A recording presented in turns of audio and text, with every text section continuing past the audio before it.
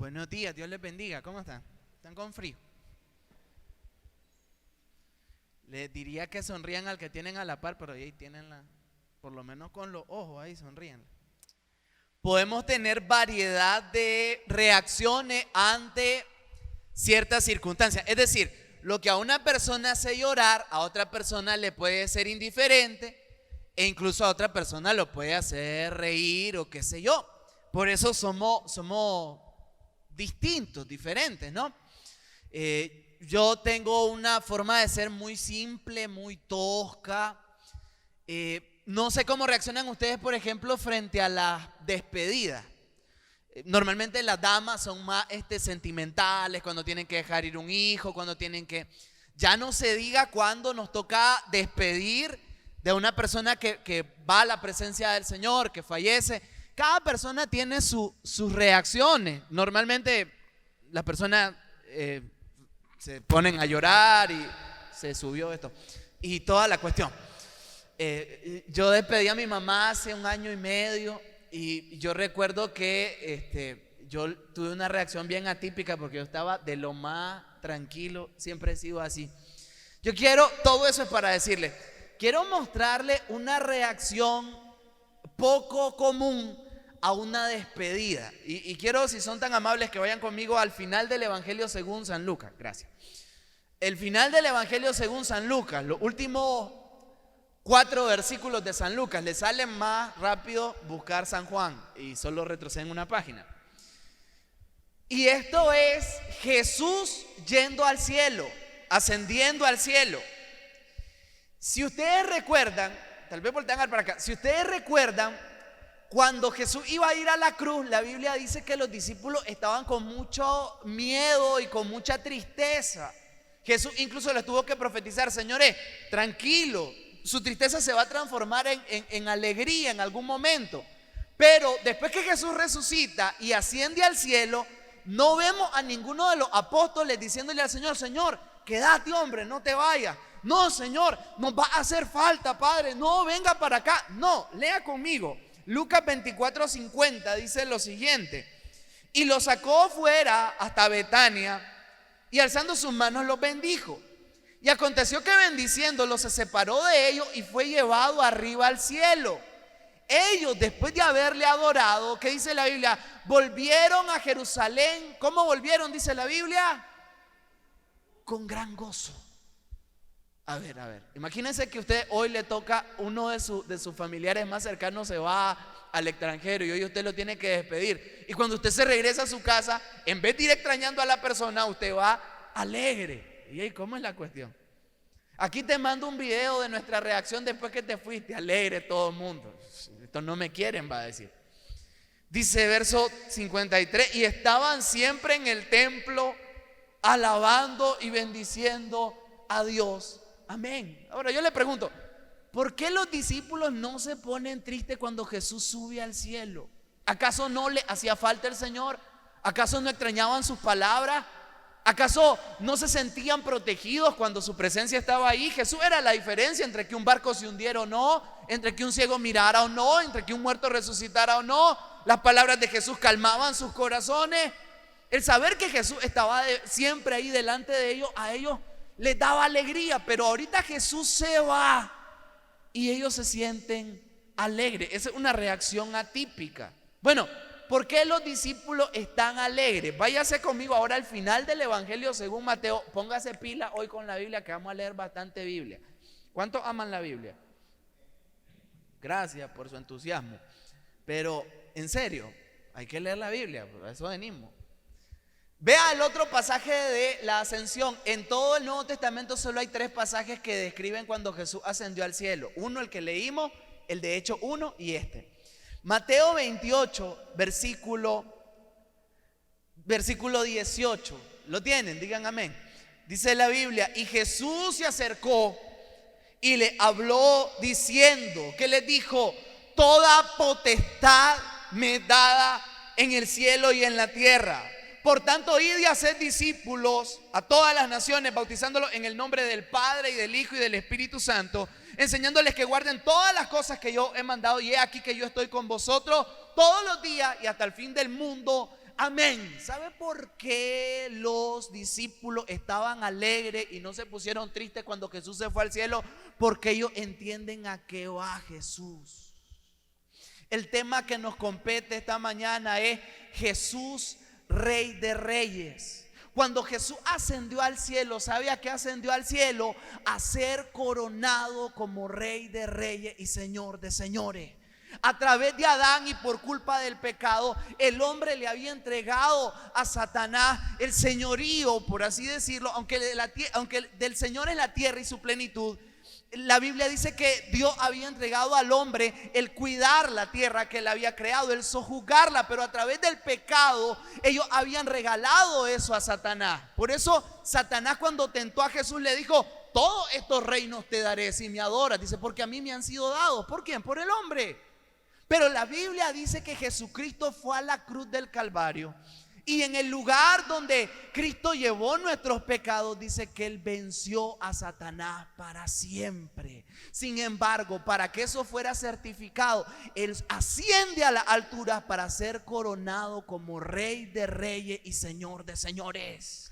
La Biblia dice que cuando David mató a Goliat y le cortó la cabeza, dice que él entró a Jerusalén con la cabeza del filisteo. Ustedes han leído el pasaje de Efesios que dice que Jesús subió a la altura y llevó cautiva, ¿qué cosa? La cautividad. Cuando Jesús fue al cielo, Él llevaba en su mano la cabeza del diablo, la cabeza de la condenación, la cabeza de la maldición. Y cuando llega al cielo se cumple el Salmo 24, donde dice que se abren las puertas eternas y se empiezan a preguntar: ¿quién es ese Rey de gloria que viene ahí? Y dicen: Jehová el triunfante, Jehová el poderoso, Él es el Rey de gloria. ¿Amén o no amén? ¿A qué fue Jesús al cielo? A sentarse a la diestra del Padre. Leía Areika hace un ratito que Jesús, después de haber efectuado la purificación, dice Hebreo, subió a la altura, dice, a sentarse en la majestad de Dios. ¿Dice eso la Biblia o no? ¿Qué significa que Jesús es el Rey de Reyes? Significa que Él venció, y venció a favor de su pueblo. Colosenses capítulo 2, versos 14 y 15. Dicen esos dos versículos describiendo lo que Jesús ha hecho en la cruz. Dice: y despojando a los principados y a las potestades, lo exhibió públicamente, triunfando sobre ellos en la cruz del Calvario. Hermano, usted y yo merecíamos el infierno. De hecho, lejos de Cristo, aunque seamos evangélicos, merecemos el infierno todavía. Nadie merece otra cosa. Merecemos condenación, merecemos maldición. Según Hebreos 2:14, nosotros estamos a merced de la muerte por aquel que tiene potestad sobre la muerte, o que era el príncipe, el imperio de la muerte, que era el diablo. Pero vino nuestro Salvador Jesucristo, y dice que Él llevó nuestros pecados, la consecuencia de ello, y la certificación o lo que comprueba que Cristo ha vencido es muy simple: Él se levantó de entre los muertos y fue coronado en gloria. Hermano, en Apocalipsis hay un pasaje muy interesante. De hecho, había un canto en los años 90 de no sé de quién, pero empezaba a preguntar por un libro, un rollo que tiene 7 sellos, y que no había nadie, dice, en el cielo ni en la tierra digno de desatar los sellos. ¿Han leído ese pasaje o no? ¿O han escuchado el canto? Eres digno. ¿Se acuerdan de ese canto? Bueno, la cosa es que dice que le pregunta un ángel a Juan, o uno de los ancianos a Juan: ¿habrá alguien? Y dice que Juan empezó a llorar y le dijo: no hay nadie digno. Ahora, ¿qué representan esos 7 sellos? ¿Alguna vez se lo había preguntado? Cuando en el imperio romano usted vendía una propiedad, las propiedades venían selladas con 7 sellos. Usted puede corroborar eso históricamente.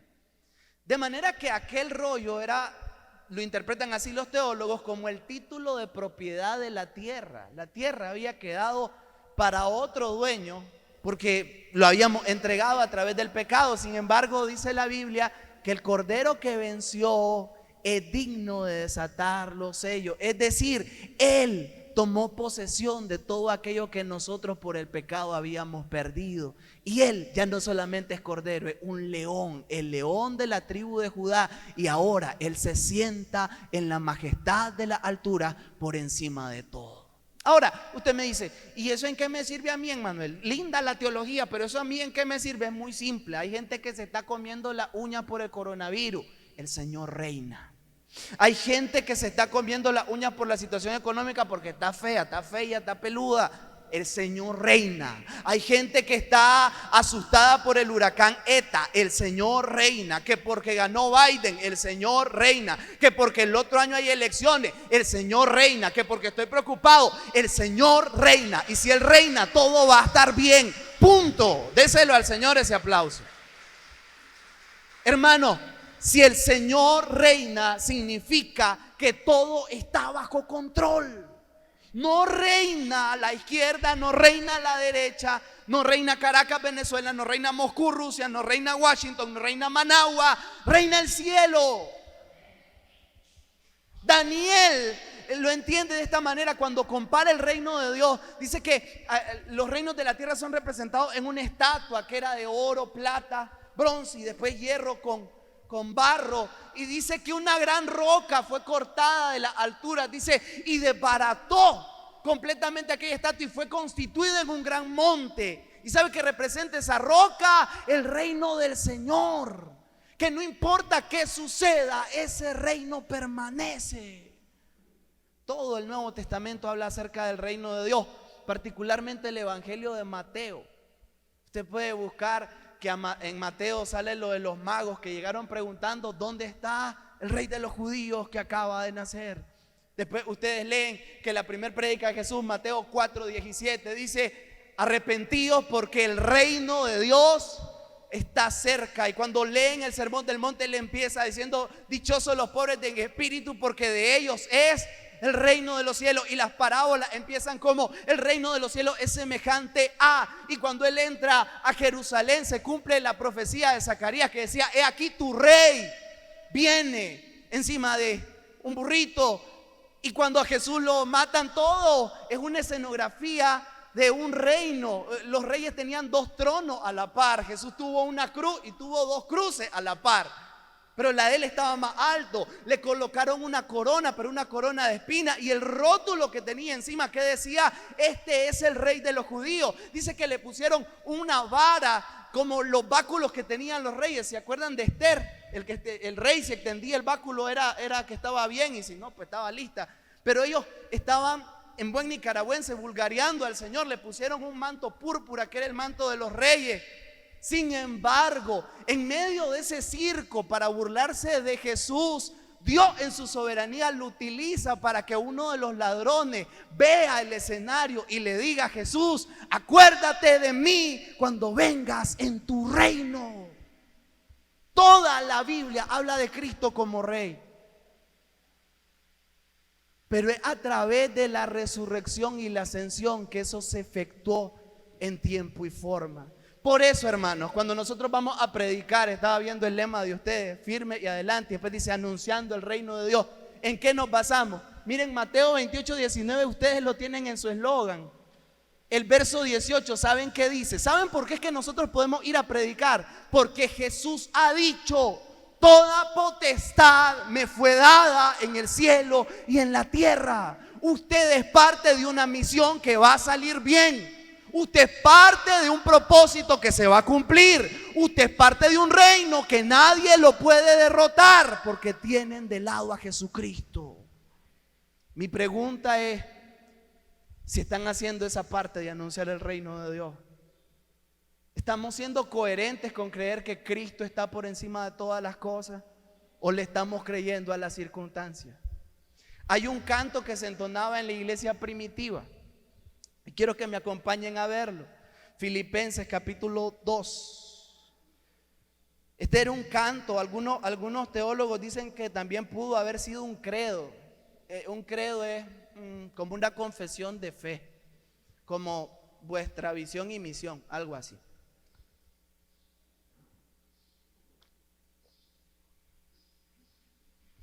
Filipenses capítulo 2, verso 5. Este era un canto de la antigüedad. Dice: haya pues en vosotros este sentir que hubo también en Cristo Jesús, el cual, siendo en forma de Dios, no estimó el ser igual a Dios como a cosa a que aferrarse, sino que se despojó a sí mismo, tomando forma de siervo, hecho semejante a los hombres, y estando en la condición de hombre se humilló a sí mismo, haciéndose obediente hasta la muerte y muerte de cruz. Deténgase ahí. Esa parte es la parte del evangelio que presenta a Cristo como un cordero, como un siervo sufriente, como aquel que pagó el precio por nuestros pecados. El Hijo del Hombre, dice, vino a buscar y a salvar lo que se había perdido. El Hijo del Hombre no vino a ser servido, sino a servir y a dar su vida en rescate por muchos.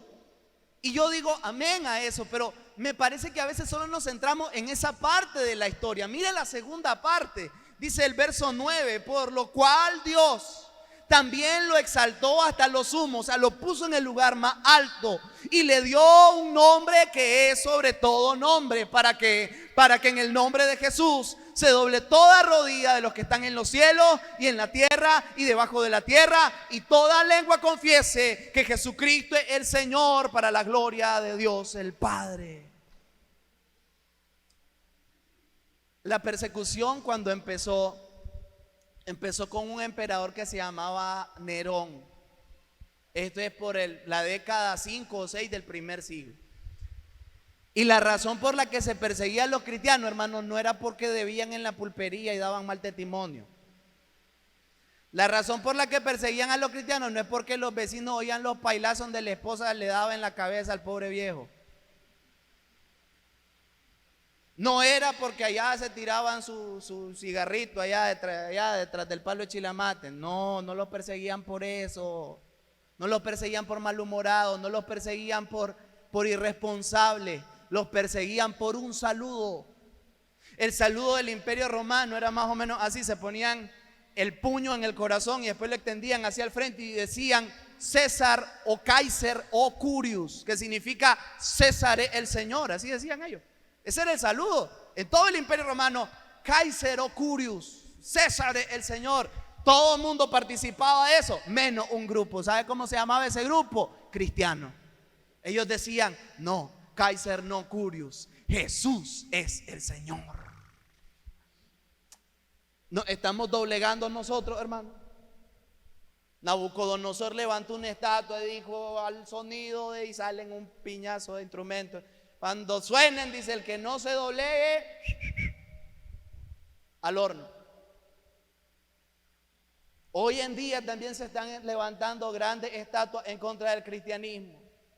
Hay una cuestión que, apúntelo si quiere, los próximos 15, 20, 30 años, ahí se va a ver quién es quién. La ideología de género, eso viene como más fuerte que el huracán ETA.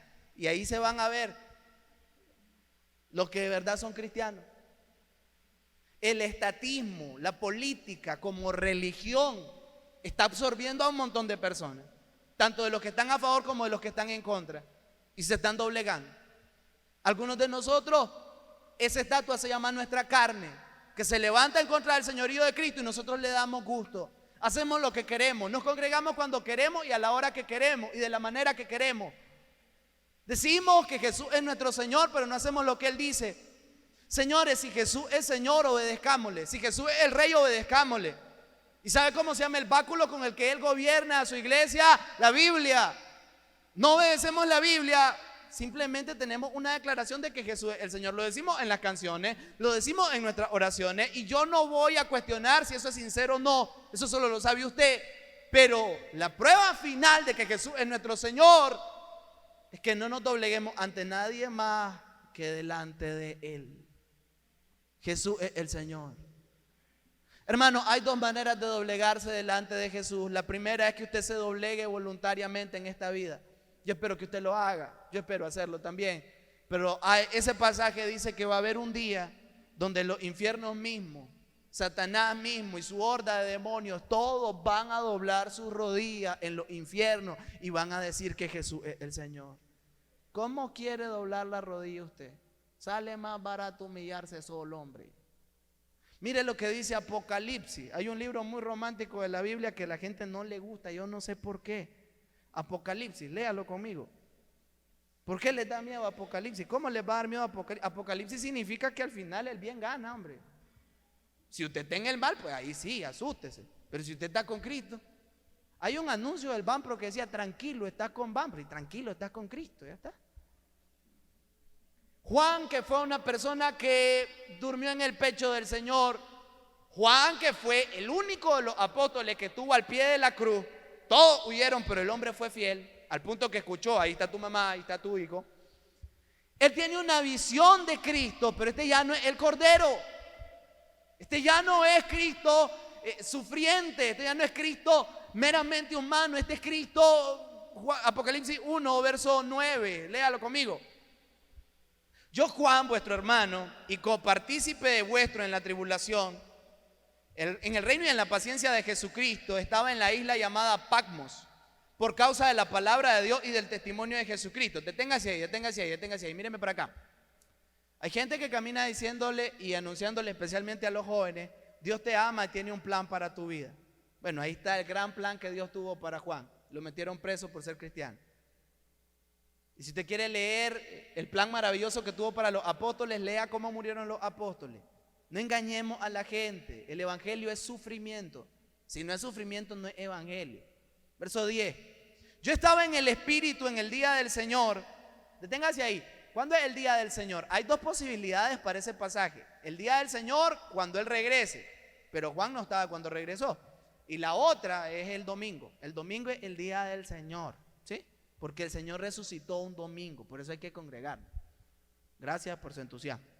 Dice: y oí detrás de mí una gran voz como de trompeta que decía: yo soy el alfa y la omega, el primero y el último.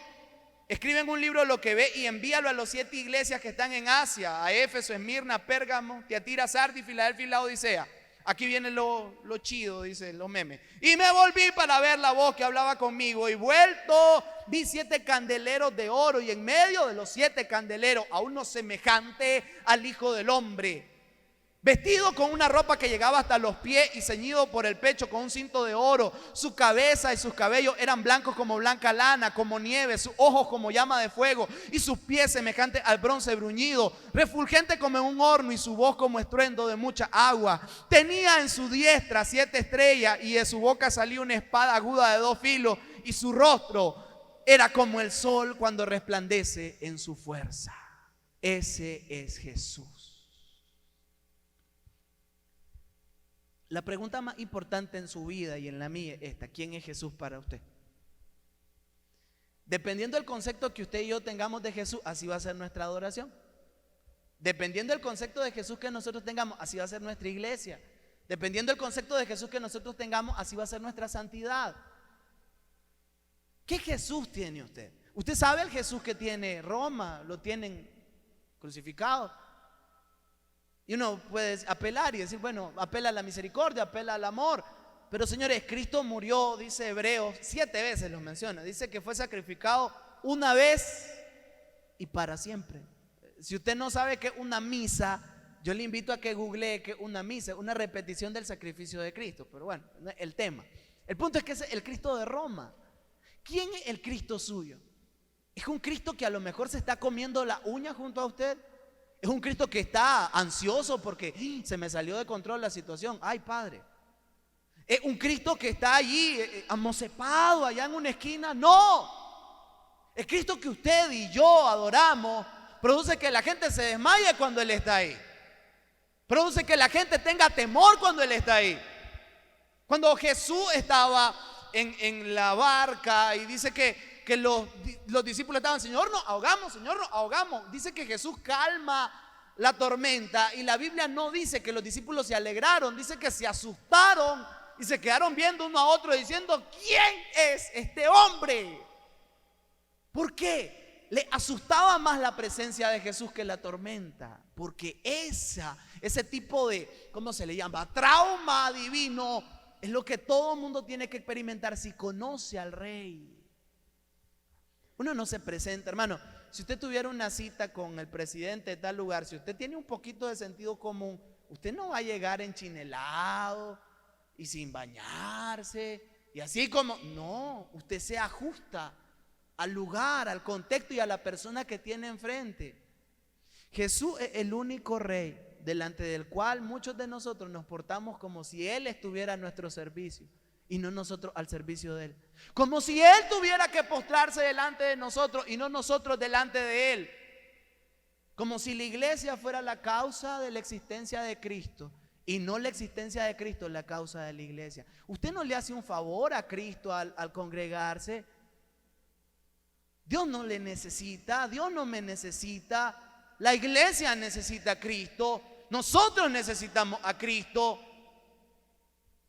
¿Amén o no amén? Miren la reacción de Juan, verso 17: cuando le vi, caí como muerto a sus pies.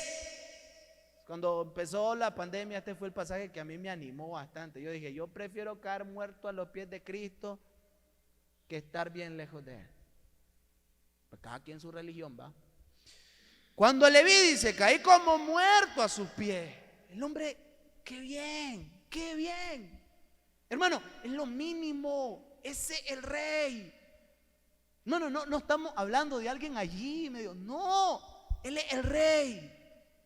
Pero mire, cuando Él se siente muerto, esta es la maravilla de la gracia de Dios. Dice, y Él puso su diestra es su mano derecha, diciéndome, no temas, yo soy el primero y el último, y el que vivo y estuve muerto, mas he aquí que vivo por los siglos de los siglos, amén, y tengo las llaves de la muerte y del Hades. El Hades siempre fue la representación del lugar donde iban los muertos. Él está diciendo en pocas palabras, no tengas miedo, no te vas a morir ahorita, te vas a morir cuando yo diga. Yo decido quién muere, yo decido. No piense usted que Satanás manda en el infierno. Hay gente que piensa que en el infierno Satanás como que tiene su tronito ahí. El infierno es para torturar al diablo. Cristo es Señor en el cielo, en la tierra, en los infiernos. Y dice el Salmo 103:19, en todos los lugares de su señorío, es decir, en todo el universo, Él es Rey. Quiero decirle una cosa, Cristo es el tema de toda la Biblia. El Antiguo Testamento dice, Él va a venir. Los evangelios dicen, Cristo está entre nosotros. Hechos de los Apóstoles describe cómo Cristo fue anunciado. Las epístolas nos dicen, nos explican qué ha hecho Cristo. Pero Apocalipsis nos dice de Cristo, Él volverá. Mire lo que dice el capítulo 19. Sigamos avanzando. Apocalipsis 19. Dice la Biblia, verso 11, 19:11. Esta es la venida del Hijo del Hombre. Dice, entonces vi el cielo abierto y he aquí un caballo blanco, y el que lo montaba se llamaba Fiel y Verdadero, y con justicia juzga y pelea. Deténgase ahí, míreme para acá, míreme para acá. Cristo vino en su primer venida a salvar. Somos beneficiados por esa primera venida. Cristo va a volver, pero Él no viene a salvar. Él viene a juzgar a sus enemigos. Él viene a destruir a sus enemigos. Él viene a juzgar la tierra porque suya es y en pecado está. Dice 12, la misma descripción. Sus ojos eran como llama de fuego y había en su cabeza muchas diademas y tenía un nombre que ninguno conocía sino Él mismo. Estaba vestido de una ropa teñida de sangre. Los teólogos no se definen si esa es su sangre de cuando virtió su sangre en la cruz, o según Isaías 63, la sangre de sus enemigos cuando les pasa encima. A mí me gusta más esa segunda. Dice, y su nombre es el Verbo de Dios, y los ejércitos celestiales vestidos de lino finísimo, blanco y limpio, le seguían en caballos blancos.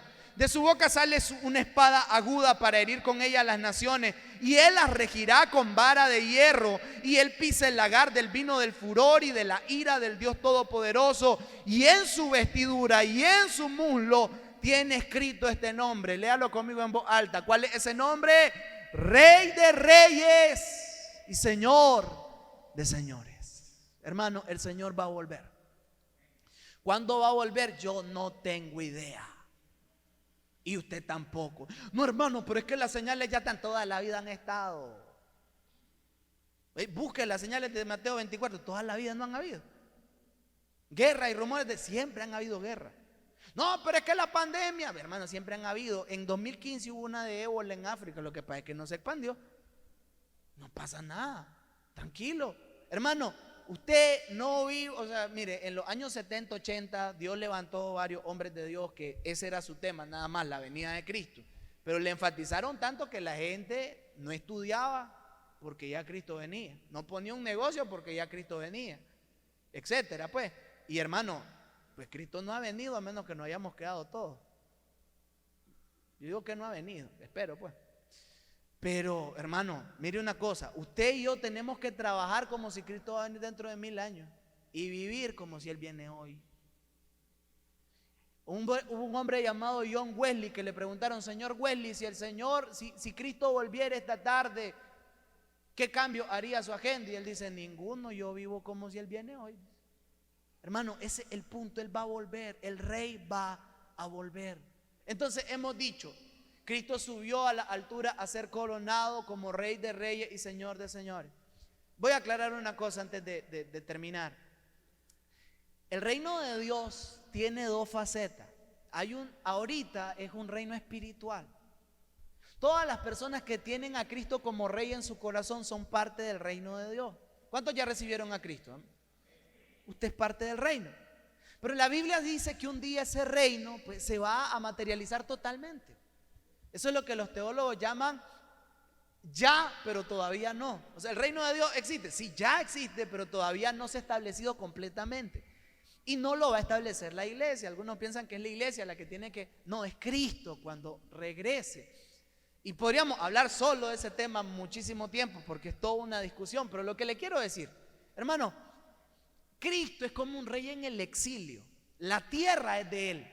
Dice Salmo 24:1: del Señor es la tierra y su plenitud, el mundo y los que en él habitan. Daniel 4:35 dice: todos los habitantes de la tierra son como nada delante de Él, y Él hace lo que Él quiere sobre los reyes de la tierra. ¿Cuántos creen que Él es soberano? Pero Él es como un rey en el exilio. Él está allá en el cielo, intercediendo por usted, mandándonos a anunciarle a la gente que Él va a volver, mandándole a anunciarle a la gente que hay reconciliación con el Rey. Pero hermano, Él va a volver, Él va a establecer su reino, y todos los que estemos bien con Él, en el nombre del Señor, que así sea, pues vamos a ser parte del reino totalmente. Quiero terminar con este pasaje, hermano.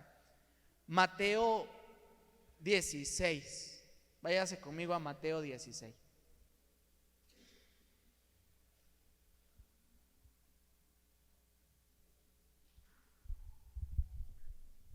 Hermano, una iglesia verdadera. Usted ha oído esa pregunta, ¿no? ¿Cuál es la iglesia verdadera? ¿Serán los bautistas o serán los pentecostales? ¿O serán los testigos? ¿O serán? Tranquilo, ya vamos a ver. Vamos a leer una buena porción. La vamos a comentar brevemente, pero usted va a ver por qué es que quiero que lea todo. 16:13. Aclaro, este es un pasaje que a Roma le encanta para, entre comillas, reevangelizar a las personas. Pero bueno, viniendo Jesús a la región de Cesarea de Filipo. Miren, Cesarea no era porque alguien tuvo un parto no normal, sino Cesarea en honor al César. Ya, era una ciudad política. Cuando Jesús pregunta eso, no es por casualidad. En la cuna del poder político, Él le preguntó a los discípulos quién era el rey. Preguntó a sus discípulos diciendo: ¿quién dicen los hombres que es el Hijo del Hombre? Paréntesis. ¿Me tiene que importar a mí lo que diga la gente? Fíjese que sí. Usted ha oído gente que dice: a mí no me interesa lo que piense. Eso lo puede decir cualquiera menos un cristiano. Porque a Jesús le importaba. A usted le tiene que importar. ¿Por qué? Porque usted es la luz del mundo, amigo. Porque usted es la sal de la tierra. Porque cuando usted o yo metemos las de andar, no hablan de nosotros, hablan de Cristo. Gracias por su entusiasmo, pero bueno, ahí va. Verso 14, ellos dijeron: uno, Juan el Bautista. Juan nunca hizo un milagro, no podía ser él. Otro, Elías. ¿Por qué Elías? Los últimos 2 versículos del Antiguo Testamento, en Malaquía, prometían que Elías iba a volver antes que viniera el Mesías. Bueno. Otro, Jeremías. ¿Por qué? Porque en los evangelios apócrifos decía que se iba a levantar alguien como Jeremías antes que el Mesías viniera. ¿Cuáles son los apócrifos? Esos libros que están de más en la Biblia católica. Y algunos de los profetas. Él les dijo: ¿y vosotros quién decís que soy yo? Esto me encanta. Verso 16, léalo conmigo todo en voz alta. 1, 2 y 3. Respondiendo Simón Pedro dijo: no lo oigo. Tú eres el Cristo, el Hijo del Dios viviente. ¿Qué significa Cristo? Una buena pregunta. Ungido. Ese sale en el Salmo 2. Dice: se levantarán las naciones, dice, contra Jehová y contra su ungido. Mire, en el Antiguo Testamento se ungían a 3 tipos de personas. Se ungían a los profetas, se ungían a los sacerdotes y se ungían a los reyes. Cuando Pedro declara de Jesús: tú eres el Cristo, le está diciendo: tú eres el ungido definitivo de Dios. No hay otro después de ti. Se ungían a los profetas. Bien, Jesús no es solo el profeta, Él es la palabra misma, Él es el mensajero y el mensaje. En el principio era el verbo estaba con Dios y el verbo era Dios. Juan 1:14, y aquel verbo se hizo carne. ¿Cuántos creen que Jesús es la verdad absoluta? ¿Cuántos creen que las palabras de Jesús son verdad? Entonces usted ha recibido a Jesús como el Cristo, como el profeta máximo. En la transfiguración dice que se juntó a la par de Cristo Elías y Moisés. Y Pedro, que no entiende, le dice: Señor, hagamos 3 enramaditas, porque aquí están los tres poderosos. Dice la Biblia que después solo quedó uno. ¿Cómo se llamó el que quedó? Cristo. Moisés representaba la ley, Elías a los profetas. ¿Y sabe qué dijo la voz del cielo? Este es mi hijo amado, a él escúchenlo. La ley apunta a él, los profetas apuntan a él, pero él es la palabra completa. ¿Cuántos creen eso? Hermano, por ejemplo, mire, la gente le tiene miedo al fin del mundo. Usted puede leer en todos los sermones de Jesús del fin del mundo, Jesús da esta indicación: mirad que no os turbéis. ¿Y sabe quién es la gente más acalambrada que yo miro? Los evangélicos. Si es que todos lo entendemos al revés. Ay, no, el chip, ay, los 5G. Tranquilo, si el Señor viene es mejor para usted. ¿Cuántos quieren ir al cielo? Para eso Cristo tiene que venir, pues, o morirse uno. Y también le tenemos miedo a la muerte, fíjate vos. Para mí el vivir es Cristo y el morir. Y entonces, ¿cuál es el miedo? La cajita feliz del cristiano no es la de McDonald's, es cuando está aquí serio. Porque entonces de todas maneras te vas a morir, te van a ver en Cafetoro. No, hermano, tranquilo, está con Cristo. Segunda, ¿qué más significaba Cristo? Se ungían a los sacerdotes. ¿Usted se acuerda del Salmo 133? Dice: como el buen óleo que cae sobre la barba ¿de quién? ¿Qué era Aarón? Un profeta, un sacerdote. ¿Qué hacían los sacerdotes? Intercedían delante de Dios a favor del pueblo.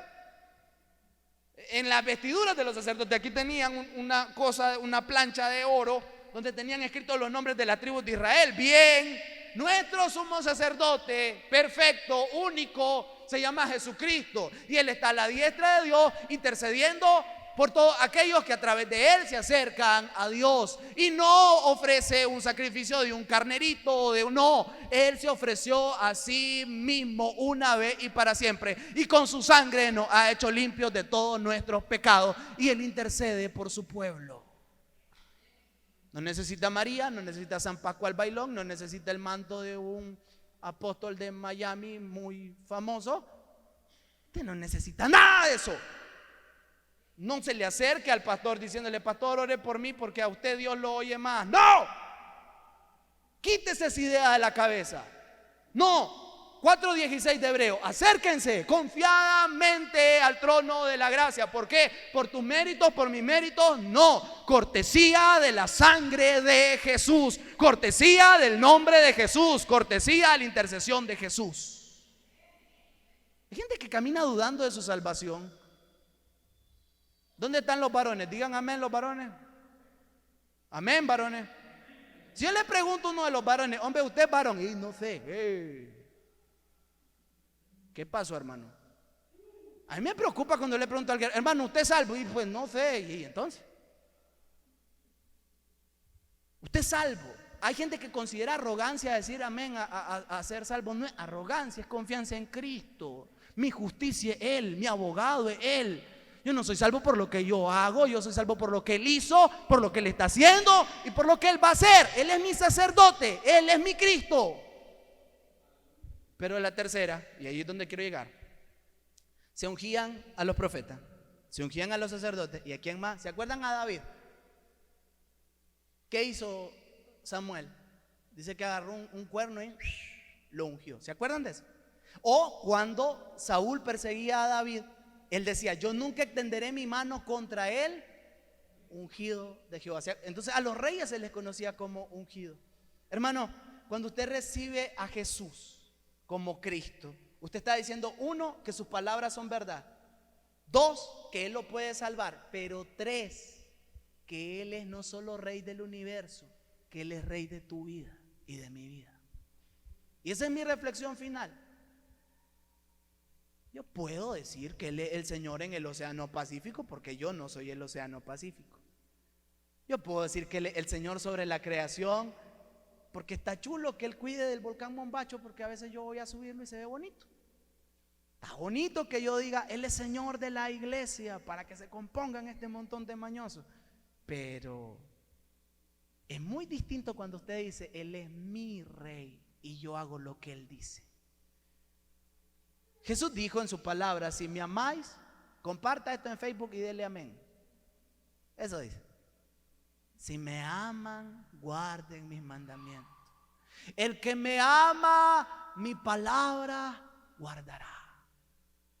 Y me pregunté: ¿Jesús tu rey? Miren, los católicos dicen que este pasaje, porque después de eso es donde Jesús le dice a Pedro, dice: sobre esta roca edificaré mi iglesia. Algunos dicen que la roca es Pedro. No, la roca es lo que Pedro dijo. Una iglesia verdadera es aquella que está fundada en Cristo, que reconoce a Jesús como el único Salvador, como la verdad absoluta y como el Rey de Reyes. ¿Cuántos creen eso? Entonces usted es la iglesia. Pero en todo caso, supóngase que Pedro es el Papa o es la roca. El primer acto de Pedro fue corregir a Jesús. Adelántese al verso 21. Ya termino, aguánteme 5 minutos más.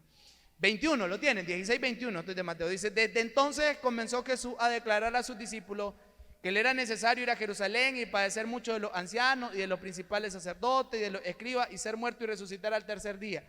Entonces Pedro, este es el primer acto del Papa Pedro, corregir a Cristo. Qué bien.